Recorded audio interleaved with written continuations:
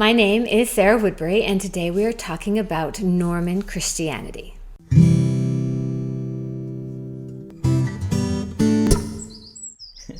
In an earlier video, you mentioned that the Normans are descended from Vikings, and the Vikings were pagan. So were the Normans actually pagan as well? They were not. They had already converted to Christianity in the same time period as the Danes from whom they are descended. Such that by 1066, when Duke William fought Harold at the Battle of Hastings, his people had been Christian for 150 years.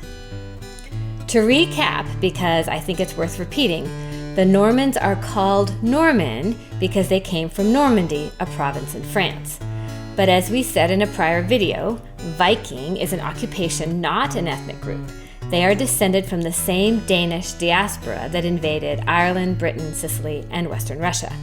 They were eventually either defeated or assimilated in all these places, and the same is true in Normandy.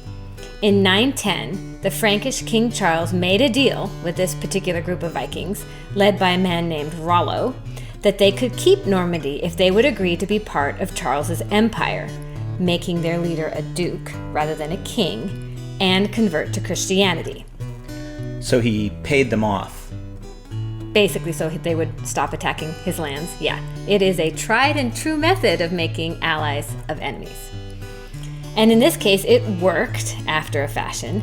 The Danes became Normans, adhering to Christianity and abandoning their prior pagan traditions, but not their culture.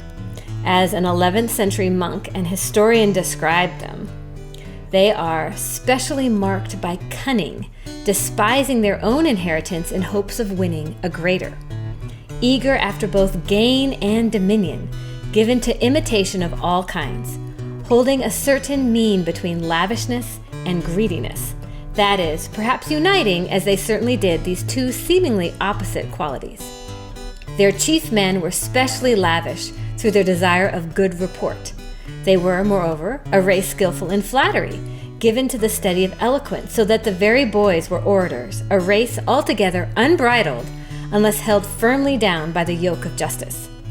They were enduring of toil, hunger, and cold, whenever fortune laid it on them, given to hunting and hawking, delighting in the pleasure of horses, and of all the weapons and garb of war. The part of their culture that they kept was their willingness to make deals.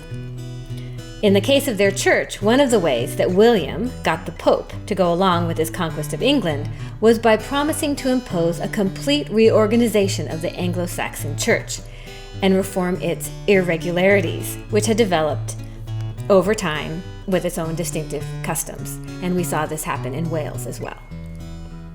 For example, even though bishoprics existed, worship was very localized in England, with many small Saxon churches serving the local population.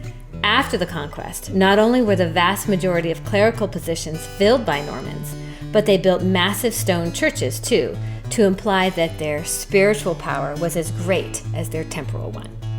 William's first Archbishop of Canterbury, a monk named Lanfranc, instituted reforms within the priesthood too, including requiring celibacy of all priests.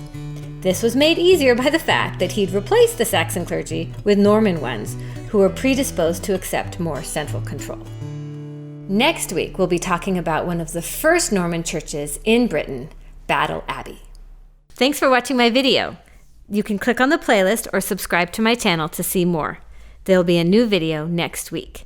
If you want to check out my books, click on the link to my webpage.